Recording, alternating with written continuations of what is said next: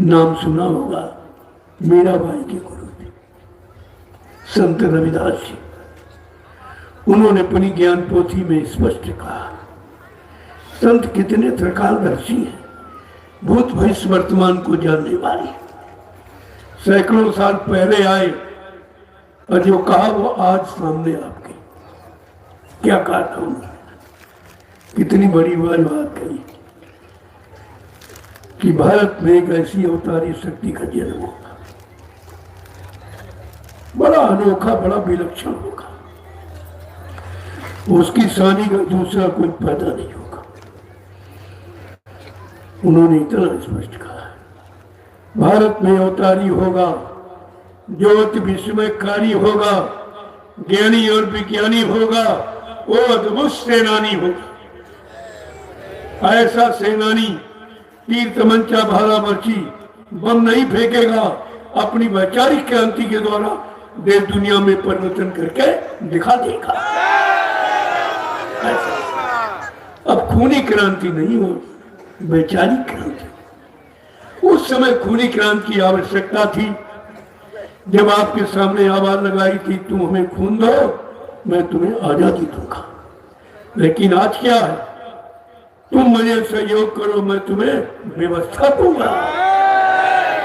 एक ही बात है, अगर अर्थ निकालो तो एक ही है। व्यवस्था के लिए ही तो झगड़ा है, व्यवस्था के लिए ही तो कुर्बानी हुई। अब व्यवस्था के बारे में कोई नहीं कह रहा, लेकिन मैं व्यवस्था की बात बता रहा हूं।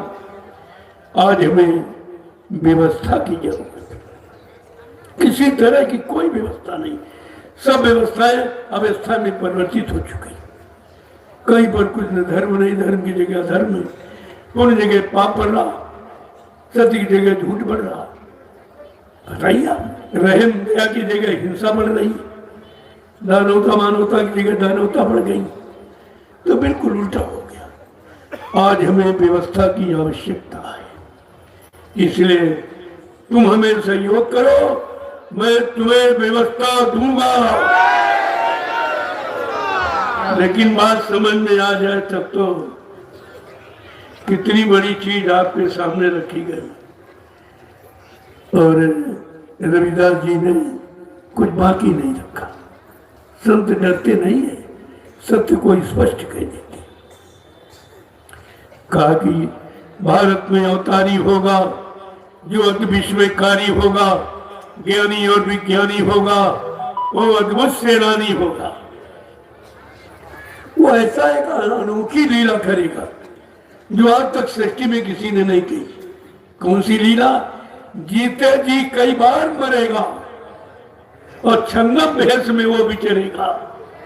देश बचाने के लिए होगा एक आवाहन, युग परिवर्तन के लिए चले प्रबल तूफान, तीनों ओर से हमला होगा, देश के अंदर दो ही घबरा, सभी तरफ कोहरा मचेगा, कैसे हिंदुस्तान बचेगा।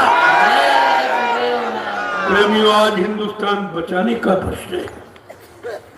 सबको एकजुट होना चाहिए, एक मंच पर आके खड़े हो जाना चाहिए। ये हमारी मानवता इंसानियत कहती है।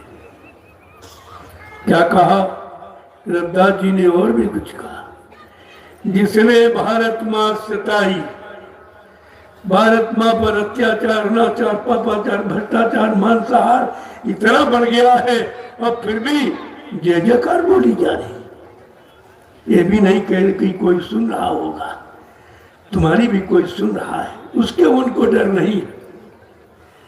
क्या कहा? जिसने भारत माँ सताई, जिसने इसकी करी लुटाई। कौन कौन? नेता, मंत्री और अधिकारी, इनको जान बचाना होगा भारी। ऐसा समय आएगा, वो समय करीब है। ये छोड़ के मैदान भागेंगे, अपने अपने घरों में छिपेंगे, लेकिन वो महापुरुष क्या करेगा? ढूंढ ढूंढ कर बदला लेगा, सब हिसाब चुकता कर देगा। बचेगा कोई नहीं। ग्राम प्रधान से लेकर राष्ट्रपति कोई बचने वाला नहीं है। ये तो बात किसी के समझ में आती ही नहीं। संत बचन अटपटे, झटपट लखे न कोय, जो झटपट लखे तो चटपट दर्शन हुए। संतों की बाणी बड़ी अमिट है, इसे कोई समझ नहीं सकता। हाँ, उनकी शरण 12 साल रहो संत की टोली, तब समझ में आवे एक बोली, तब कहीं कुछ समझ सकते। अगर उनकी दया हो जाए तो अंधा बड़ा मुश्किल है। तो कितना साफ साफ कहते हैं। रविदास जी मीराबाई के गुरु थे, सैकड़ों साल पहले आए और कब लिखा, आज वो सब सिद्ध हो रहा। कैसा नहीं, वो क्या कर रहे हैं, वो सब व्यवस्था बना रहे हैं। वो अध्यात्म की जड़ी इतने मजबूत कर रहा जो विश्व में कोई हिला नहीं सकेगा। एक दिन सारा विश्व उनके आगे नतमस्तक हो जाएगा। वो व्यवस्था तैयार हो रही है। वो महापुरुष अध्यात्म की जड़ें बड़ी गहराई में डाल रहा, जिसको कोई हिला नहीं पाएगा। अभी तो आप उसके बारे में कुछ जानते नहीं हो, थोड़ा थोड़ा इशारा करके मैं बता रहा हूं कि अब भी आप जागो, ये तो होश में आ जाओ। अब काम का समय है, जगने का समय है, सोने का समय नहीं। बहुत सो चुके हो और बहुत खो चुके हो। जितना सोया उतना खोया आपने। जब आज भी एक बार पहले सोए थे तब 350 वर्ष मुसलमानों ने राज किया तुम्हारी छाती पे चढ़कर। फिर तुम सोए तो मुट्ठी भर अंग्रेज आए और तुम्हारे पर 200 वर्ष राज करके।